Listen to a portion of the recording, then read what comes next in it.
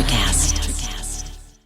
When you finally find your thing, you want the whole world to know about that thing. So you use a thing called Canva to make it an even bigger and better thing. Whether you want to create flyers for that thing, make presentations for that thing, or design merch for that thing, you can do anything. So people can see your thing, feel your thing, love your thing. The next thing you know, it's a thing. Canva, the thing that makes anything a thing.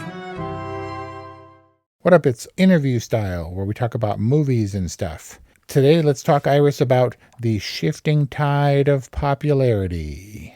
We are old enough so that we've experienced the ups and downs of celebrity, and we've seen how people are loved, and that's how they come to popularity, because people love them and like to watch movies starring them, and then inexplicably their popularity sinks. Or maybe not inexplicably because of something they said or did, but sometimes it's not as easily quantifiable or recognizable as that. Fandom is fickle, and we're not talking about cancellation, right? Correct. We're not talking about people who've been canceled. Because in particular, I would like to talk about the people who come back, who are then popular again, as opposed to Kevin Spacey is still trying to act and is coming back in his first major studio movie soon, or whatever.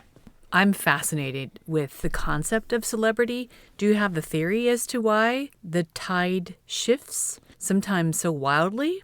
I think it's because of trends, perception, like generations, as they change, don't embrace the same values for which a particular celebrity seems to have been associated or whatever, or even the content of their movies, which falls out of style. Probably the easiest for our purposes is Anne Hathaway. I asked you if you remembered the time when there was outright hate for Anne Hathaway when we discussed The Idea of You. We're talking about Oscar winner Anne Hathaway, who was reviled. And maybe that has something to do with her fans for things like The Princess Diaries. And then Anne Hathaway decided she wanted to be a more serious actress. And that, for at the time, seemed to equate to, how do I break out of this mold? And that's to get naked, which she did really naked in Brokeback Mountain, in Havoc, in Love and Other Drugs, and a few other movies where she was butt naked for a while, and people are like, whoa. And she really, really fell out of favor. And unfortunately, her downturn in popularity came around the time when she won her Oscar.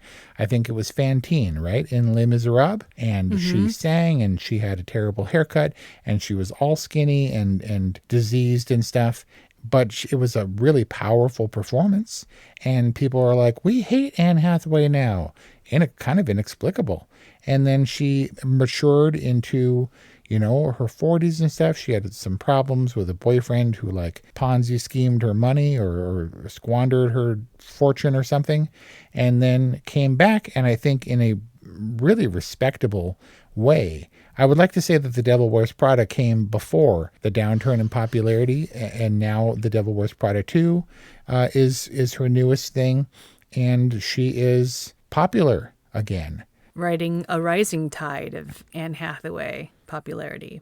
Maybe Chris Nolan helped when she played Catwoman in Interstellar. Maybe. It's hard to say why she came back, but it's noteworthy that she was really reviled. Why did everyone hate Anne Hathaway? Why did everyone hate Keanu Reeves? Was it because he was perceived to be a terrible actor?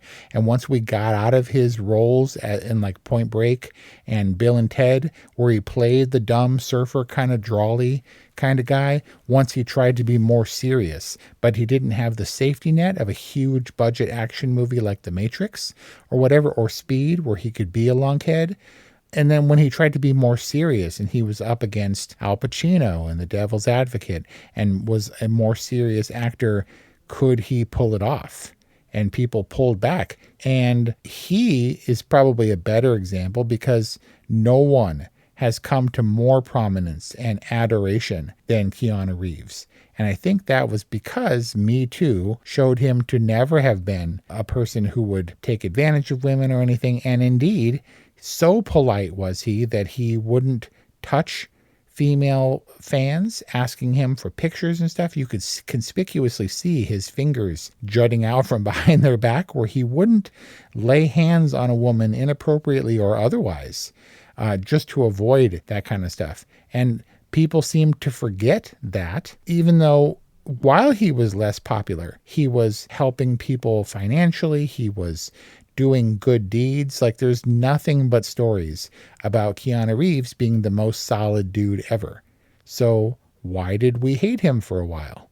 And why is he so beloved and idolized now? I think both inspire questions, because the love and adoration, when you reach like my face is on a button that people wear on their jackets level, or a pin, there's something strange there.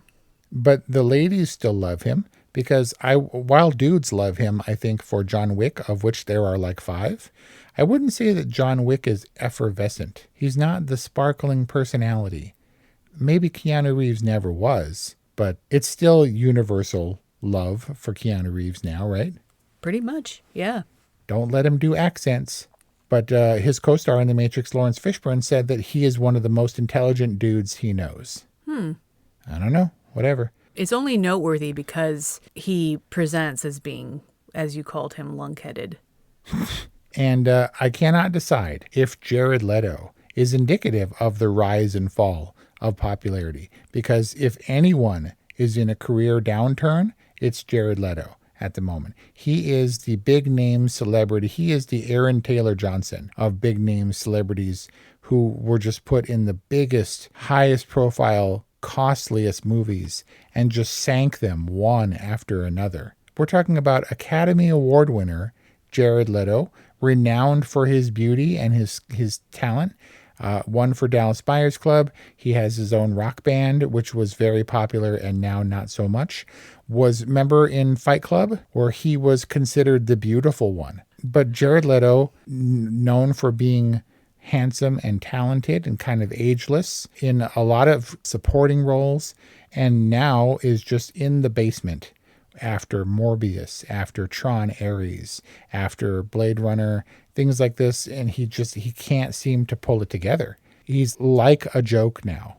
And does Jared Leto, who was adored back in the day, have a shot at reclaiming that popularity?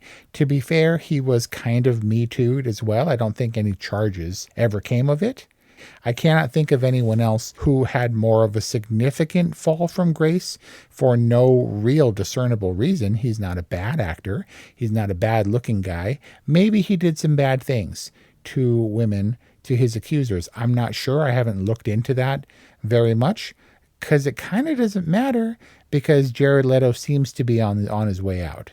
Well, in the examples that you cited, we're talking about actors who have been around for a long time, and their downturns seem to coincide with reinvention. I'm wondering how much an actor deciding they need to transition from like their younger roles, from the Princess Diaries and My So-Called Life, into so-called more adult roles. Like, how much of that has to do with change and reinvention? But I kind of find the cycle more interesting than the swings. Like, the fact that people can come full circle is kind of fascinating. And it really shows how much time factors in to the whole equation. Like, sure, what's to say that without some time, distance, and a few hits, that Jared Leto can't be on the top of his game again? Maybe the swings haven't been so wild, but is it totally explainable why Tom Cruise in his 60s is at the top of his game career-wise? Yeah, career-wise, he definitely took a hit. And that was notably when he fired his publicist, or parted ways with his publicist. Also when he ditched Paula Wagner, his producing partner, and there was nobody to help him, and he went on Scientology rants against Matt Lauer, and he made Oprah mad, I guess, alienated Steven Spielberg, and that was a tough time. And maybe the best, in my opinion, Mission Impossible was kind of drowned out in the wake of all his weird public stuff. But maybe for people like Sandra Bullock, who got Razzies and stuff and was not taken seriously, but she's diligent and hardworking. Anne Hathaway never really left. Keanu Reeves has continually worked. Tom Cruise, I think, can just work his way through anything and will put himself in harm's way for our entertainment while not necessarily seeking out the accolades of things like awards. Just if things aren't quite going your way, double down, put in some hard work, put out another Mission Impossible and see what happens. Maybe. Time will tell. That's all I have to say about that. Okay, thanks for playing. Love you. Bye.